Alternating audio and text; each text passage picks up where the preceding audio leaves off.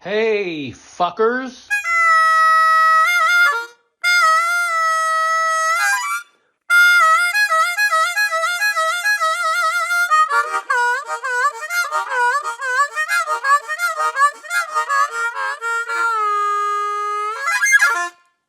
Yeah, Right on. This is our 10th episode. let's Did you realize celebrate. that? I'm drinking. No, I'm not drinking. I quit drinking. Almost. Did you quit Hey, smoking? before we even start, I just want to say to the fans, the people that watch this thing, thank you. It's very nice. If I go out and take a walk, people stop me and go, I love your podcast. I'm like, it's POTcast, fuck ass. And they... But it's very nice to hear, and thank you all for tuning in and listening and stopping and commenting. And, we're having fun doing this. So Yeah. as long as you guys are enjoying it and it's worth doing, we're here. When it sucks, we're gone. Yeah. When it's no longer fun. But I've been getting approached in public too about the podcast. Yeah. People love well, it. Good. So, Yeah. Well, people know you because of the Institute and everything that you do around here. You're a pretty well-known guy. So I notice your cat house. absolutely. Ricky Rackman, Tame Me Down. Is that old or is that new? It's Ricky Rackman redid all the Okay. stuff. So I bought this maybe 6 or 7 years ago, All right. but it's a throwback. Because we made, when we made Blow My Fuse, the cat house was in full swing.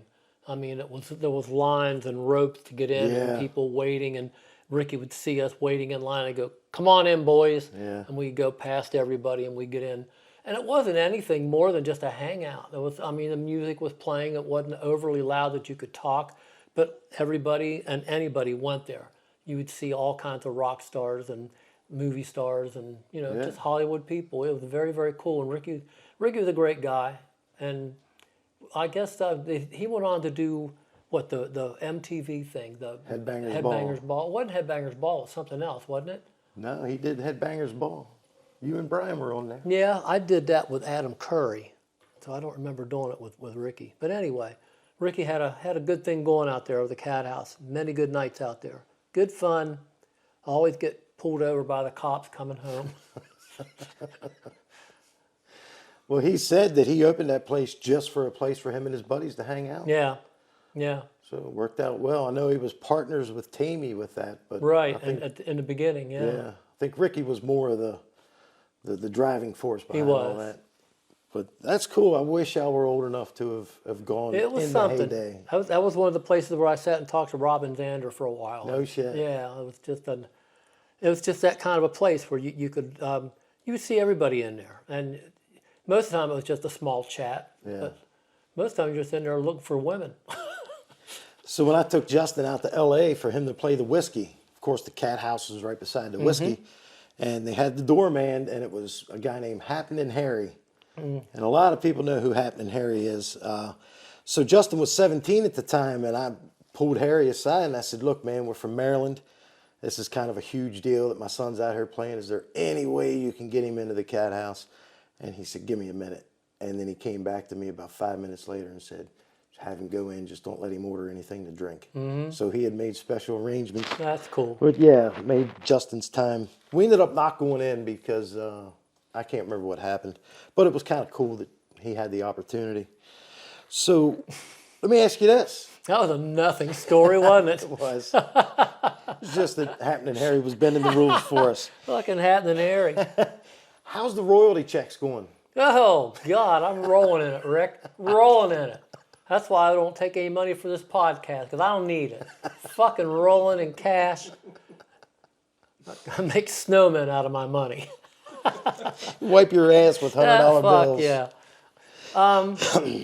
It's funny, because I think Jamie and I talked about this after one of our podcasts wrapped up. I've never made a cent from Atlantic Records. And we've sold well over 2 million records altogether in the combination of all 6 albums that we released on Atlantic. And I think I've explained this before. When you make a record, you get a budget. Say our budget was $80 million. Or 80,000, I should say. 80,000. 12% directly goes to the producer. 12% goes to, money just gets divvied up to every direction. And when it's all said and done, we might get 12 or 14% of the gross. So trying to pay back $80,000 out of 14% of the gross is impossible, especially when you're a new band and you're not selling that many records yet. We sold a respectable amount of like 80, 90,000 on the first album, which got us re-signed for another record, but it didn't make anybody any money except for Atlantic Records. They made money, producer made money, agents make money. We didn't make shit. Same thing with the second album, and so on. I'll go through our albums. This is something we talked about. First album we made in New York City. Budget was about 80,000, and we stayed in New York City and recorded in New York City. So therefore, not just your budget goes into making the record, your budget goes into where you stayed, per diems for people, because we were a working band. When we weren't working, we had no money, so we had to get a per diem from the record label. So when it was all said and done, we're about $85,000, $90,000 in debt to the record label. Well, that debt never gets paid back because 12% ain't going to pay back shit. Second album we made in Miami, which was beautiful, and we made it around January, February. Great time to get out of town. And same deal, about $80,000, $90,000 for the record budget. They put us in this mansion, which was beautiful. We were right on the bay, Biscayne Bay in Miami. We had just a beautiful mansion, had a pool, and we had Pete Solly as our producer. I should mention Tom Allen was our producer on our first album, who just got off a Judas Priest album. Okay. And I think he just did Loverboy. I think so. I could be wrong about that. But anyway, Tom Allen did the first album. Pete Solly did the second album. Pete's the one that had to reel us in because the record company is saying, we need radio hits. These guys don't have radio hits, so you got to help us out. So Pete brought in all these people, Burning Love, Cool Kids, all these songs that we fucking hated. So that, other than being in a great location and having a great time making that record, it didn't do shit. And that's when Brian turned into Buck Sin. That's when Donnie locked himself in his room and just, I think he wrote Restless Blood, just trying to get more rock and roll into that record. And we knew that the record wasn't what we were about, and we knew that the label wasn't going to do shit with it. So then we get to the third album. Again, sold enough records to keep the career going. So at this point, what did you have with Atlantic? How many record deal? It was a 5-record deal. Okay. Initially, and so they had to keep picking up the option. So they picked up the option for the third album, which was Midnight Dynamite. Now we're thinking, okay, we've been playing from Maine to Florida. We've pretty much owned the East Coast. We could play any club and pretty much sell it out. Not too much past the East Coast. So we knew on this record we had to get busy and spread out. So we got this record, Bo Hill's producing. Just come off of Rats and the Cellar, what it was. Out of the Cellar. Out of the Cellar. Huge record for him. And Bo really liked the band. Came down to the skating rink in Hagerstown when we were rehearsing and checked us out. Came to a show and said, yep, love the band, would love to do this.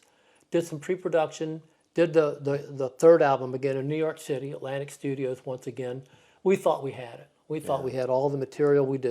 Donnie did some co-writing with some good songwriters, had a great producer. We had new management, Bud Prager, who was managing Foreigner, Atlantic Records. How the fuck can you miss? This was like 1985? 1985. Okay. We missed. Atlantic made Cold Shower, and that was it. They were done with it. And Cold Shower was not the best single on that record. It was a different sounding record, I get. And they even edited it to make it short. They cut out a bunch of shit. So they ruined the song. Walking Away's off of that album. Walking Away. They had never even released it. That's insane. And we knew that the record was done at that point. One single done. Well, okay, that's it. So then we decided on our own, okay, let's make another video. So we went to Mount St. Mary's College, and we did a video for Midnight Dynamite. All of our own production, all of our own people, and we had my brother-in-law dress up like a gorilla. For no reason at all, just have a gorilla in the crowd. And when you're panning in the crowd, what the fuck's that gorilla doing in there? Brian wore this outfit for about 8 hours, and he might have got a second on the video. So we made this video, and once again, MTV wouldn't play it because it wasn't endorsed by the record label. Right. And that's when we decided, fuck it, we're going to take all of our hard-earned East Coast money and start moving out. And that's when we start going to Cincinnati, start going to Chicago, start going to Detroit, start going to Memphis, start going to Dallas and Houston. And we just kept going west. And we called the guys in who were then, wasn't Poison yet. They were Paris, thank you. And we called them because we knew that those guys had some connections out there, and they owed us. And they said, yeah, come on out, we'll get you some gigs. And that's when we first saw them do our show. Ooh, shit. Like, hey, guys, that's really good. Looks familiar. Looks a little familiar. But, you guys are really good.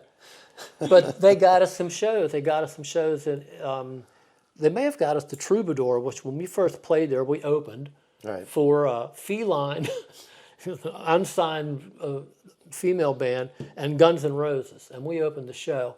And people were pissed because we're on our third album on a major label and we're opening for 2 unsigned bands. And the next show we played, I think it was called the Country Club out in the Valley.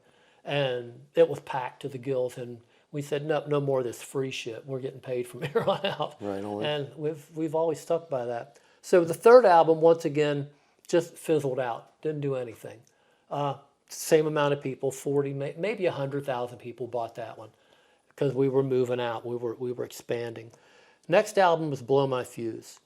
So now we think we got the material. We got Tom Werman, who did the Cheap Trick albums, did the Motley Crue albums, did many albums. Great reputation. Tom was mainly an A&R guy. He knew when something was good. When he heard was something good, he knew it. As far as being a producer in the studio, I don't really think he knew how to hire good people to have around him. That was his talent. But we made a great record with Blow My Fuse, and finally, the record company got behind it because it broke out in Kansas for no apparent reason.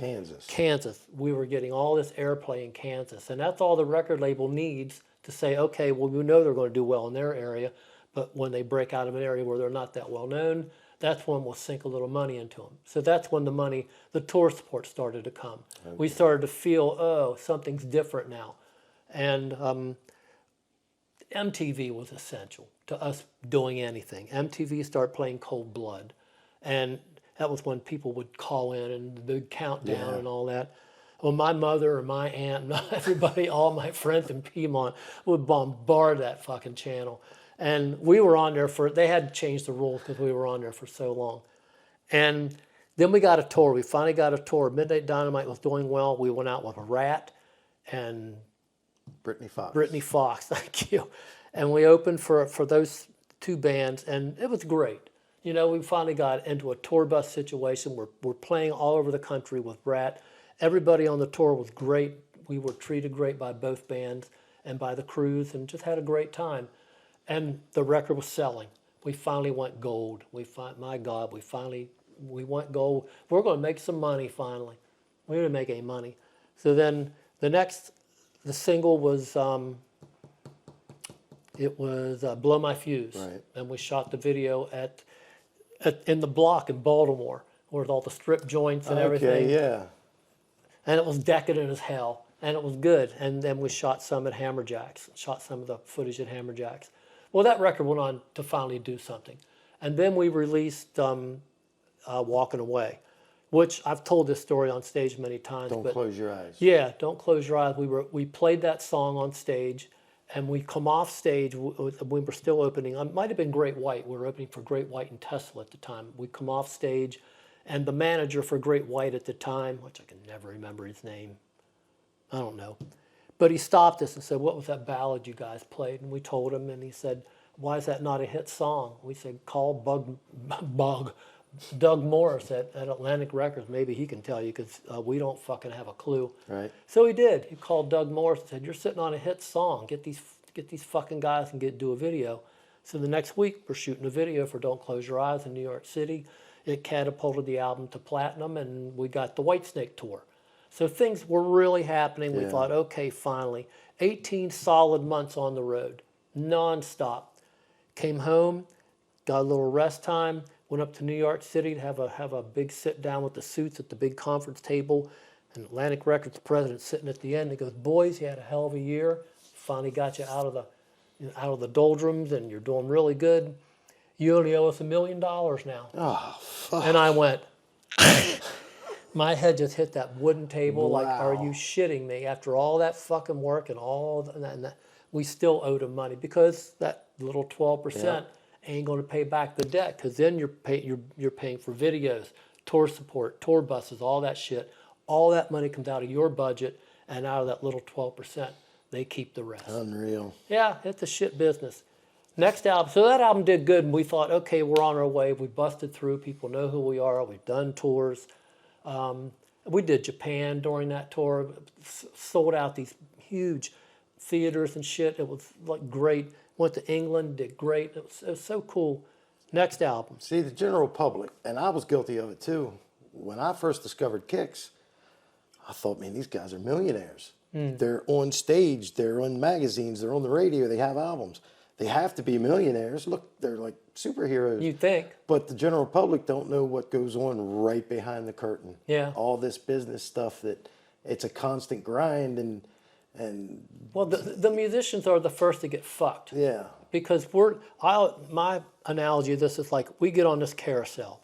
All the musicians get on the carousel, and you're riding this carousel. In the meantime, all the suits who run everything, they have all the managers, all the agents.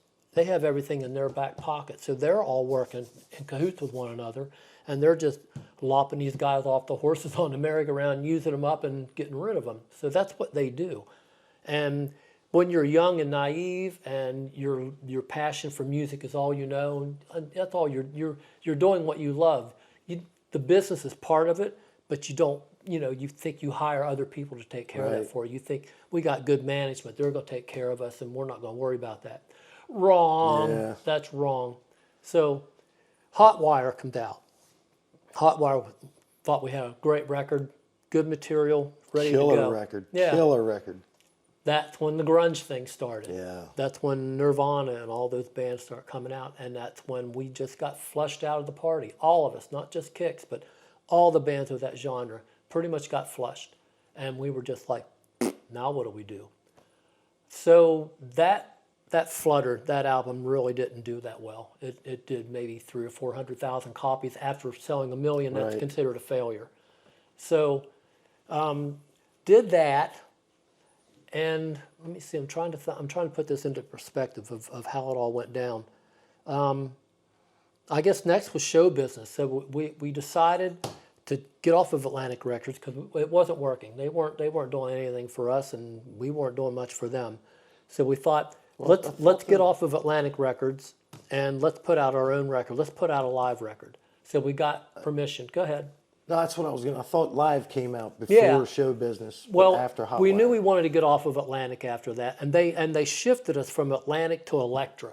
They didn't even want us on Atlantic anymore. That's when we thought, what the hell are we doing? So then we went shopping for a small record deal, and we ran into an old friend, and he was going to sign us to CMC, but we had to get off of Atlantic first. So we gave Atlantic this live album that we'd made at College Park in Maryland. And it was good. It was a good record. So they took that as collateral to get off of their label. Then we put out Show Business with CMC. It was already, that record was done before it even started. Donnie's parents had been in a horrific automobile accident, and he was gone most of that. And, Donnie's the backbone of the band, the songwriter, the producer. So he was spending most of his time with his parents, and Jimmy was doing most of the production and recording. I thought, for what it was still a pretty good record, but we knew it wasn't going to do anything because the business, the whole outlook had changed. So we did New York City, we did Miami, New York City again, Los Angeles again for Hot Wire, and Tom Werman got fired on Hot Wire because Donnie and him just butted heads. Got fired by Donnie. Yeah. Okay. And we also had Taylor Rhodes in as an assistant producer because Taylor and Donnie have been writing together, and Taylor's a great guy, and we loved having him around. And Taylor did the Rock Your Face Off album. He produced that. But Taylor took over for Werman on Hotwire.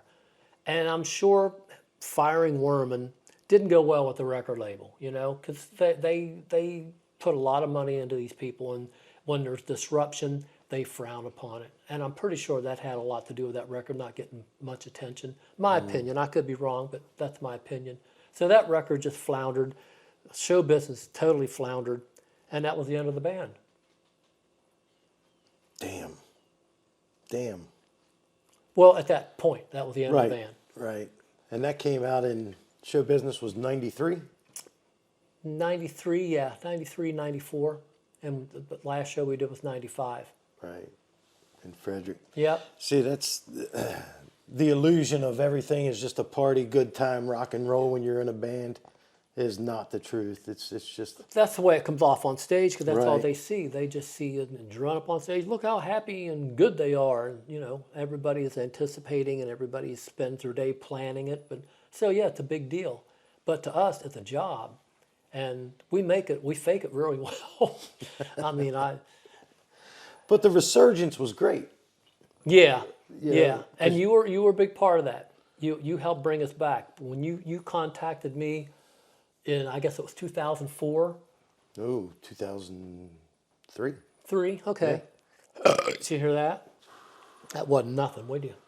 So you contacted me in 2003, and we decided we'd already done a show in Baltimore, because Funny Money would be doing the Thunderdome. And this is when I got Jimmy to come back into the band, and Ronnie had Jimmy and the Blues Vultures. Yep. And let me see, we had Blues Vultures, Funny Money, and KIX. So we decided to go ahead and do all 3 bands in one night. Place was overly sold out, it was ridiculous. So Blues Vultures opened, and then Funny Money played, and we did like half-hour sets, and then KIX. So Ronnie and Brian and Mark and Jimmy and everybody, we all do a KIX show. Everybody went crazy. Yep. And that's what started the whole thing off again.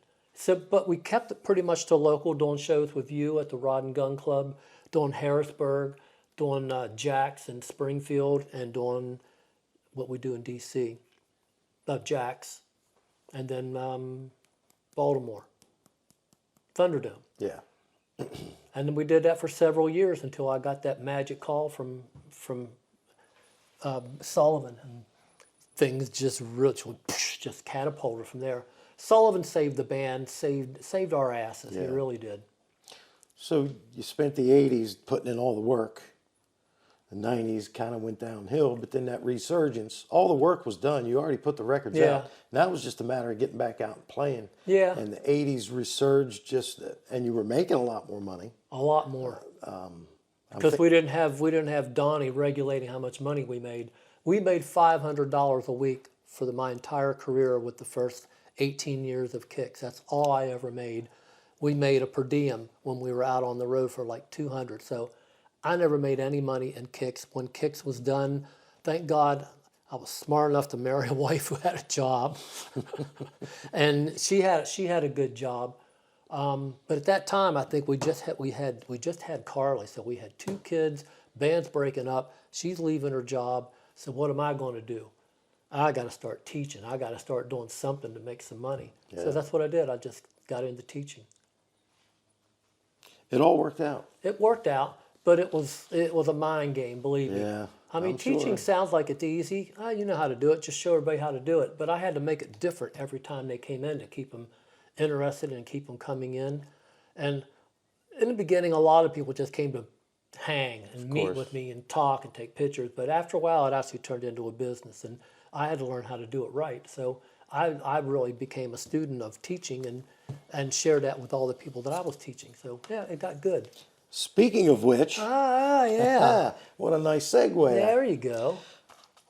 There it is. It's Tell them what it is. Steve Whiteman of KIX Vocal Training. I thought you were going to kick in there. Well, I started doing this when I started teaching. All my students would say, "Why don't you put out a CD or a DVD or something so we wouldn't have to come to you?" And I thought I can do that. So I had Pro Tools downstairs, and I made this probably about 10 years ago. And it's what I would do on like my first initial meetings or lessons with new students. It'd be like two of the first lessons, which are the two most important. And I put all that onto a DVD. And then I thought about it. I was like, well, if I put something out like that, no, they're going to stop coming to me. So I nixed the whole idea. Yeah. And then when you and I started doing shit together, I told you I had this, and you said, well, let me listen to it, and you decided it was worth putting out. However, nobody has DVD player or CD players anymore. They don't.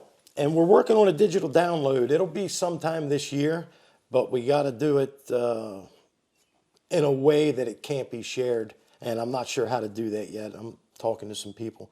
I haven't been promoting them much, but if you want one, shoot us a message, an email at thepodcast2025@gmail.com, or shoot us a message on Facebook at Steve and Rick's Podcast. And I'll let you know how much they are, how you can pay, and we'll get one shipped out to you. And I'll sign it. There you go. For free. And then we have another project here that came out, what's it been, 3 years? 2022. 3 years now. And we're down to the last, I don't even know how many of these we have left. Not many, I got right? about 20, 30 downstairs. I think I have one or two. So that's it. And when they're gone, they're not going to be reordered. No. It's a shame. When I did this, I only ordered 1,000, and they sold like in a week. Yeah. And then there was like a waiting period, so the interest had dropped, and probably never that thing would have sold 2,000 or 3,000 copies easy in the first 2 or 3 weeks. But this was a bucket list for me, and it was during COVID, and I had nothing to do with myself except just sit around and play stuff that I'd written. And I'd played stuff for Jimmy, who was very cooperative and helped me out a lot. But I'd play it for Mark and Brian. Ronnie would come over and help me do some solos and stuff. But Mark and Brian had no interest whatsoever in this CD. So I took it upon myself to use that time to go ahead and put my own CD out. And I always appreciated Jimmy and Brad, and Bob Perry was essential. Yeah. And I got to play guitar, I got to play drums, I got to play bass, I got to do all the vocals. I got to show all the talent that I have. And Bob was essential in doing a lot of the solos. And Dean came in and did a solo and some rhythms for me. So it was a collaborative effort. Jimmy did a spectacular job, considering we couldn't even be in the same room because of COVID. So he's doing all the drums from his house. And, the fact that you could make a record like that. And Brad was spectacular. He was phenomenal. He's awesome. I'm very proud of this. So those of you who have it, I hope you like it. If you don't have it, check it out. I'm really proud of it. Yeah. So message us for either one. You want the vocal lesson CD, or if you want Steve solo, you're welcome. Like you said, there's only about 20 of these left, and then that's it. Got plenty of the training CDs. Hit us up. Steve will sign them for you before we ship them out. And I'll get high first. So we also want to talk about our main sponsor, Simple Pleasures. It's always blurry in here. It's our local smoke shop here in Hagerstown. They sell many, many marijuana-related items that Steve routinely partakes in. Yes. And they get I like getting fucked up. thumbs up. He was just telling me about the gummies he took that came from Simple Pleasures. These mega gummies. I think they're 200 or 250. Yeah, I didn't think I could handle them, but I can. And it put him up. He was looking down on Georgia Pines. There you go. If you're local, stop in and see Hunter and his crew. They're the most knowledgeable marijuana staff in all of the area. Simple Pleasures on Virginia Avenue. Virginia Avenue. Check them out. It's where this awesome bong came from. And this awesome hat. Hey, let's do a quick, we've only got a couple minutes left. Let's do a quick name association. All right. Real quick. Jeff Keith, lead singer for Tesla. Oh, Jeff. Love Jeff. Getting to know those guys was tremendous because they treated us great. When we were on the Great White Tesla, they did like what they call it, the double header tour. Yeah. So they would switch off opening. But Jeff and all of them were just great people. Jeff is just a fun guy. He's off his rocker, but he's in a good way. He's very entertaining. Great singer. I love the band. I've always loved the band Tesla. So, yeah, I consider him a friend. That's cool. Here's one. Mark Weiss. Mark Weiss. Mark Weiss, Okay. photographer. Mark started working with us. I guess Atlantic hired him to do some album cover stuff or some promo picture stuff, and we've been working with Mark probably for 30 years. And Mark just gave me, what's his book? Like the 30 years of decadence or whatever the hell it's called, and he's got some pictures in there of me and the guys in the band. But Mark's just a very talented photographer, been around for years. Obviously, he's damn good at what he does, or he wouldn't still be doing it. So, yeah, Mark's a great guy. Yeah, he's still out shooting shows, I believe. Yep. And finally, it's not really a name association, but give me a good Donnie story. Something. A good Donnie story. Yeah. There's hundreds of them. But one that comes to mind, and I don't know why I was thinking about this today when I was walking, but when we would play, I think we were playing the Mountain View, and there was other bands that would come in from like Detroit or from Florida. There was one of these bands that came in, and they were really, really good. They were better than we were. They were further advanced than we were, and they were starting to get work in the area that we were playing, and we were booked to play the Sandbar in Baltimore. Okay.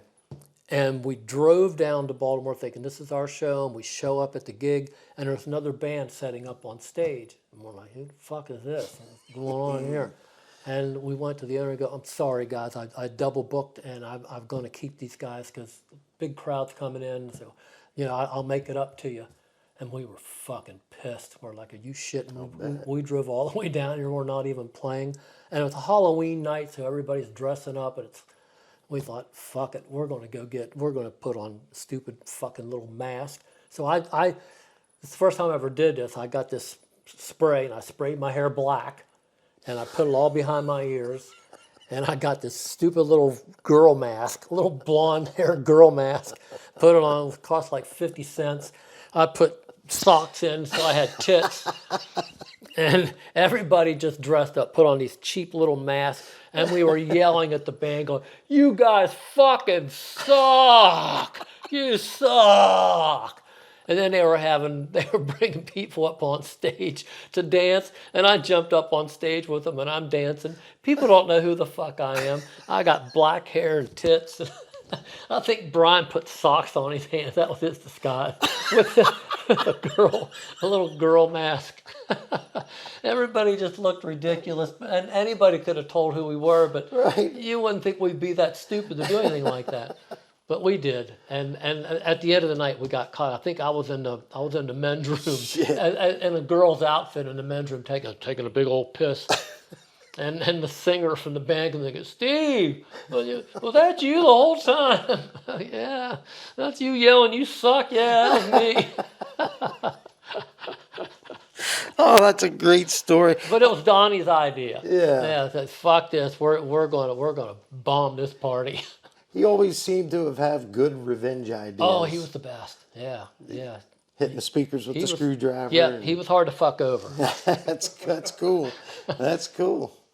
Oh, sorry. All right. Believe it or not, that's our 10th episode. Damn. Time They has do go flown quick. by. It takes longer to prepare for these things than it does to do them. It does. Just like a KIX show, right? There you go.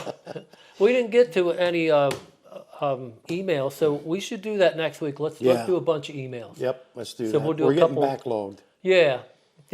All right, cool. You want to take us out? I'll take us out. Let me see. I don't know what I'm doing anymore.